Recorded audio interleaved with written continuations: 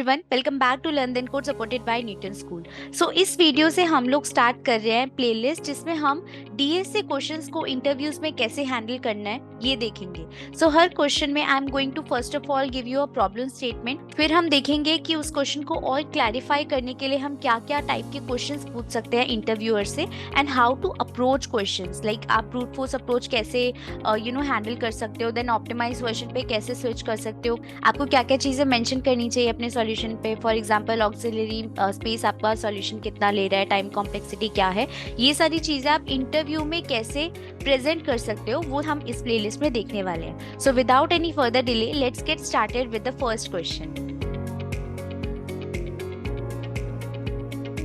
So the question says कि आपको एक एरे ऑफ इंटीजर्स गिवन होगा एंड एक टारगेट वैल्यू गिवन होगी and you have to return the indices of two elements present in that particular array जिनका sum जो है वो टारगेट वैल्यू के इक्वल हो। सो आपको एक पेयर फाइंड करना है, let's say it's x and y. This is basically the indices of this array and क्या होना चाहिए, if this is your A array then A of x plus A of y should be equal to your target value.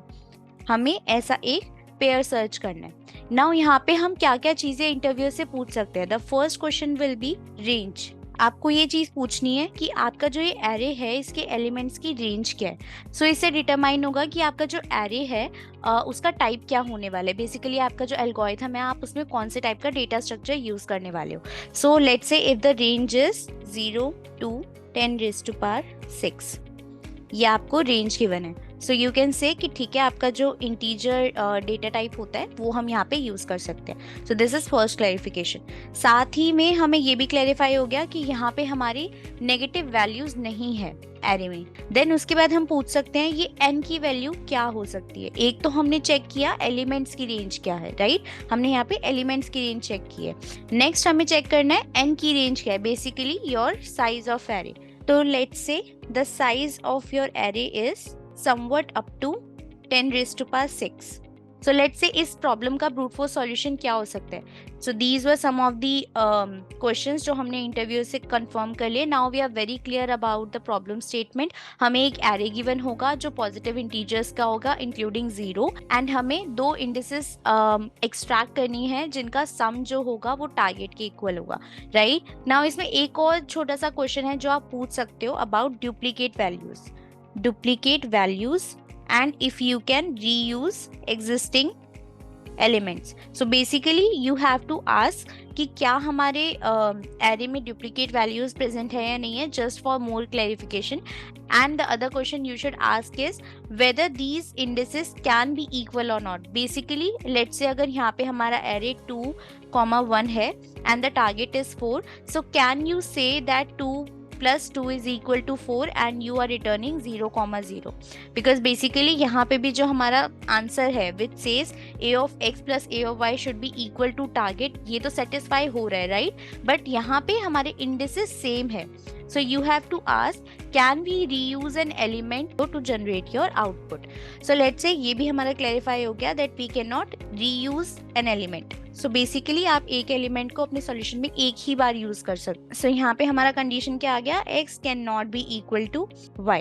And for duplicate values, let's say अभी के लिए हमारे पास duplicate values भी नहीं है, so all are unique. अब हम अपनी सॉल्यूशनिंग पर आते हैं एंड एज आई सेड अगर आपको ऑलरेडी पता है that you have to work on the optimize solution also, so आप ब्रूट फोर्स में थोड़ा कम टाइम यूज करोगे। तो आप क्या बोल सकते हो, आप या तो सूडो कोड लिख सकते हो या फिर वर्बली अपने सॉल्यूशन को इंटरव्यू को एक्सप्लेन कर सकते हो। सो ब्रूट फोर्स अप्रोच काफी सिंपल होने वाला है। आप एक फॉर लूप लगाओगे जिसमें आप पूरा अपना एरे ट्रेवर्स करोगे and you are going to say if a of I plus a of j equal to target, then simply return this value, right? You can simply return I comma j.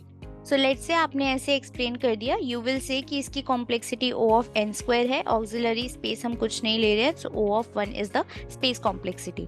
Now what you need to do is, आपको इतना तो पता चल गया कि O of n square में आपने solution कर दिया and the expectation is O of n and O of n convert करने के लिए आपको समहाउ एक फॉर लूप हटाना पड़ेगा यहाँ से, राइट। नाउ यहाँ पे आप ऊपर वाला तो फॉर लूप नहीं हटा सकते बिकॉज आपको एक बार तो एरे को ट्रेवर्स करना पड़ेगा, एक बार तो हर एलिमेंट को गो थ्रू करना पड़ेगा to check whether that element can contribute in your result or not. So next question किस पे आ गया, इस for loop पे. एंड इस फॉर लूप पे अगर आप देखो, आप बेसिकली क्या चेक कर रहे हो, आप ये चेक कर रहे हो if one element, one index in your solution is I, तो क्या आपके पास कॉरेस्पॉन्डिंग जे एलिमेंट प्रेजेंट है इन योर एरे और not, that can contribute in your result. Basically आपको A of I plus A of J equal target ये achieve करना है, जिसमें से आप ए ऑफ आई फाइनलाइज कर चुके हो in this loop. Now you have to simply check कि आपके एरे में target minus a of I present है या नहीं है. If it is present in your array then you got your answer. If it is not present in your array then आप next element पे चले जाओगे using this loop, right. So हमारा जो सॉल्यूशन हो गया वो किस में रिड्यूस हो गया, that you have to search for an element in the array. Now it can be done through binary search as well, but binary search का कॉम्प्लेक्सिटी हमारा क्या होता है, इट्स log n. तो हमारा जो ओवरऑल कॉम्प्लेक्सिटी, लेट्स से ये जो आपका ऑपरेशन है ये अगर log n में हो गया तो आपका ओवरऑल कॉम्प्लेक्सिटी क्या बन जाएगा, n log n. बट आपको इससे भी ज्यादा ऑप्टिमाइज करना है तो आपको हैशिंग यूज करनी पड़ेगी यहाँ पे. सो आप नेक्स्ट चीज क्या कर सकते हो, आप सिंपली ये वाला जो ऑपरेशन है ये हैशिंग के through O of one complexity में कर सकते हो implement, right. Because we all know आपको बेसिकली एक एरे में सर्च लगाना है, एंड अगर उस सारे एरे के एलिमेंट्स को आप हैश मैप में स्टोर कर लो एंड उस हैश मैप पे फाइंड ऑपरेशन इम्प्लीमेंट करो, तो it will give you result in O of one complexity, because find in unordered map is of O of one time complexity. So इसका solution कैसे reduce हो जाएगा, you will first declare an unordered map and then you will iterate on your array, and then हमें simply क्या करना है, अपने map के अंदर चेक करना है whether this value is present or not. I am using count function, you can use find as well, but count हमारा ज़्यादा fast होता है, that is why I am using it. So count के अंदर आपको value क्या देनी है, target minus a of i, right. Basically आपको यही वैल्यू चेक करनी है, राइट, बिकॉज हमें क्या चेक करना है, a of i plus a of j is equal to your target. So a of j is going to be target minus a of i. So that is why यहाँ पे हमने ये value check करी. If we got this value, then we can simply return i, comma. अब हमें next चीज क्या चाहिए, index of this value, right. Index क्या था हमारा, सो हमने ये जो मैप है यहाँ पे बेसिकली क्या स्टोर किया हुआ है, a of i and i.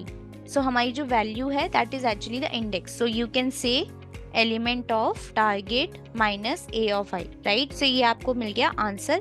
If the value is not present आपको इंसर्ट करना पड़ेगा. So you are going to say element which is your map of a of i, जो आपका करंट एलिमेंट है जिसपे आप आइटरेट कर रहे हो, is equal to i. So that's it, this is your simple solution. इसकी time complexity O of n होगी because we are using unordered map. So अगर यहाँ पे आप ऑर्डर्ड मैप यूज कर लो, विच इज यूज जब आपको अपने मैप के अंदर सॉर्टिंग भी चाहिए होती है, which in our case we don't need that kind of functionality. But ये भी काफी इंपॉर्टेंट चीज आपको ध्यान रखनी है कि आप अपने सॉल्यूशन में ऑर्डर्ड मैप यूज कर रहे हो या अनऑर्डर्ड मैप यूज कर रहे हो. एंड ऑक्सिलरी स्पेस आप कितना यूज कर रहे हो, O of n. बेसिकली आपने जितने एलिमेंट्स थे अपने एरे में उतने अपने मैप में भी स्टोर कर रहे हैं. So that is why space and time complexity both are O of n. So that is the final solution. यहाँ पे हमने काफी सारे क्लैरिफिकेशंस करे पहले इंटरव्यू से. एक चीज और आप जो पूछ सकते थे, that is number of pairs which satisfy this property. So it is possible, right, कि हमें ऐसा कुछ एरे गिवन हो एंड हमें बोला हो इसमें बताओ टारगेट 5 के लिए कितने पेयर्स पॉसिबल है. नाउ इफ यू सी 1 और 4 भी हमारा 5 बना रहे हैं एंड 2 एंड 3 भी हमारा 5 बना रहे हैं. सो यहाँ पे हमारे पास 2 सॉल्यूशंस हैं. तो आप ये भी पूछ सकते थे कि अगर हमारे पास मल्टीपल सॉल्यूशंस हैं तो आपको सबसे पहला वाला सॉल्यूशन रिटर्न करवाना है या फिर सबसे एंड वाला सॉल्यूशन रिटर्न करवाना है, and if there are no solution तो हमें क्या रिटर्न कराना है. सो ये सारी क्लैरिफिकेशन आपको प्रॉब्लम सॉल्व करने से पहले करना है. So I hope you like this video, and हम इसी तरीके के और भी प्रॉब्लम सॉल्व करने वाले हैं इसी प्लेलिस्ट में आगे. So if you like this video, give this video a thumbs up and do subscribe to our channel and keep supporting us. Also, I have added the full stack web development course in the description box. So if you are interested in learning full stack web development, then you can check out that link. Thank you so much and see you in the next video.